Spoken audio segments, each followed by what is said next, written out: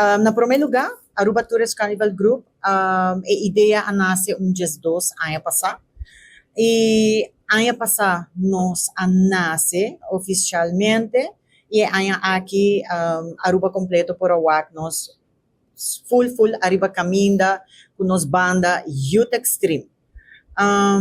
Aqui que nós se chama rueda de prensa, orgulhosamente nós está anunciar que nós temos 6 de copyright na nos number de Aruba Tourist Carnival Group.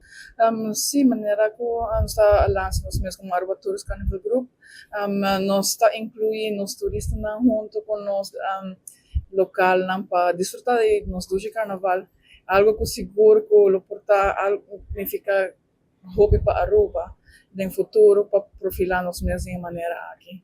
Assim, e também a oportunidade que nós logra de seguir com o copyright, nós está open para business, se uma coisa interessar por acercar-nos, a ideia na seguro que lo nasce e por isso, então, se que nós seguramente importante abrir para tudo o qual está produto de carnaval, então inclusão com os visitantes aqui na Aruba. Quero invitar para outro ano, nós temos o tema Amazônia, the last rainforest, a call to save the heart of the earth.